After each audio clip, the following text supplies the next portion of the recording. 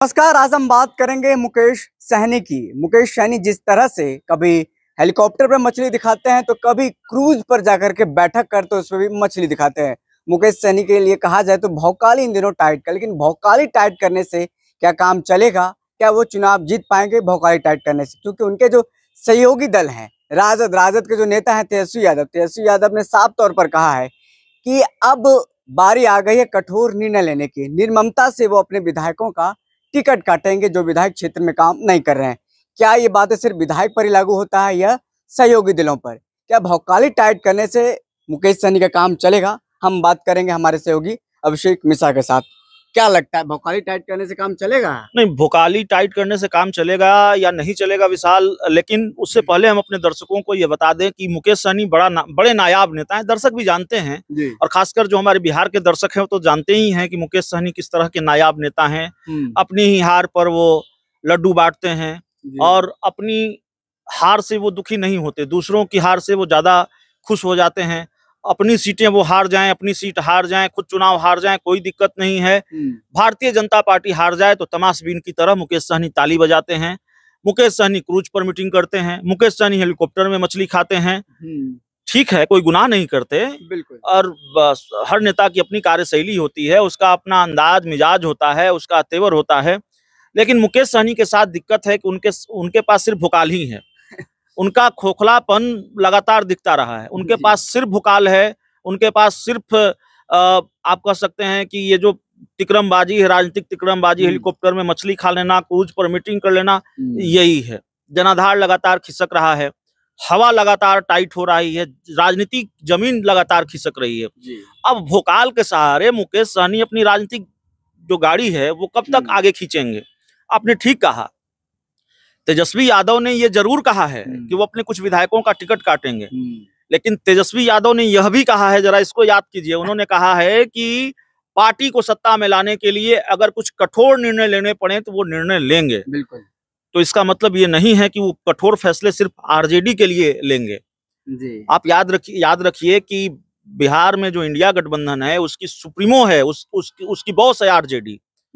और इंडिया गठबंधन को लेकर जो बड़े फैसले लेती है वो आरजेडी ही लेती है। आपने देखा कि लोकसभा चुनाव में कैसे इंडिया गठबंधन में सीटों को लेकर आधिकारिक ऐलान नहीं हुआ बंटवारे का, लेकिन लालू यादव धड़ाधड़ सिंबल बांटते रहे और फिर न कांग्रेस कुछ कह पाई, न सीपीएम न सीपीआई, कोई कुछ नहीं कह पाया। तो जाहिर तौर पर लालू यादव और तेजस्वी यादव फैसले लेते हैं, तो कड़े फैसले। अब मुकेश सहनी के बारे में तेजस्वी यादव ने कहा है कि इनको डिप्टी सीएम बनाएंगे। एक चुनावी सभा में मैं सुन रहा था, उन्होंने कहा इनको बड़ा पद देंगे। अब मुकेश सहनी बिहार में डिप्टी सीएम बनेंगे कि नहीं बनेंगे, इसमें भी संशय है। इंडिया गठबंधन की बहुत मदद वो नहीं कर पाए हैं।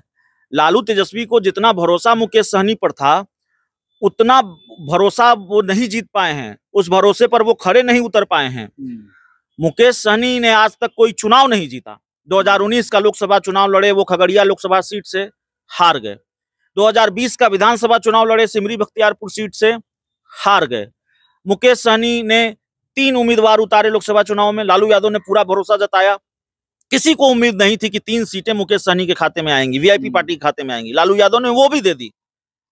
तीनों के तीनों उम्मीदवार वीआईपी पार्टी के हार गए, मुकेश सहनी अपनी कोई भी सीट नहीं जीत सके।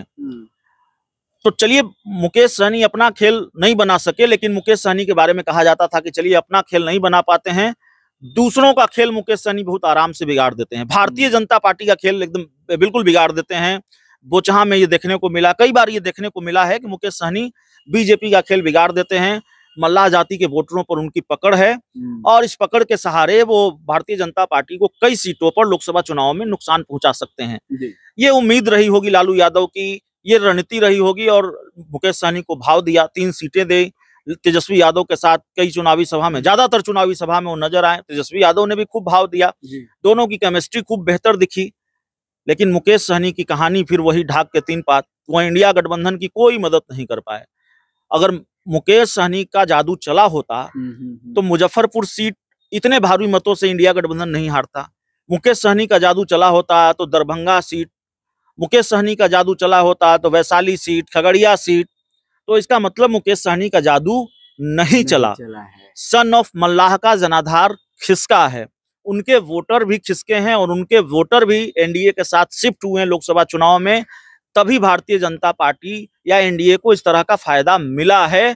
नहीं तो मुकेश सहनी का जादू जैसे पहले चला करता था, मुकेश सहनी का अपने वोटरों पर प्रभाव जैसे पहले हुआ करता था, मेरी अपनी समझ है और अपनी राजनीतिक समझ के आधार पर मैं बात करता हूं, जो बात मैं समझ पाया, तो अगर ये जादू चला होता तो इंडिया गठबंधन के खाते में कुछ और सीटें आती, कम से कम वहां की कुछ सीटें जरूर आती जहां मुकेश सहनी का प्रभाव माना जाता है। जी विशाल जी, तो साफ तौर पे मुकेश सहनी का जो जनाधार है वो अब घटता नजर आ रहा है, घट भी गया। जिस तरीके से सर बता रहे थे, मुकेश सहनी भौकाली टाइट कर रहे हैं।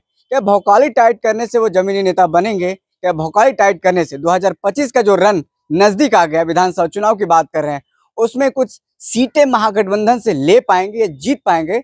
इस पर भी बड़ा सवाल उठ रहा है। फिलहाल इस खबर में इतना ही। बहुत बहुत शुक्रिया।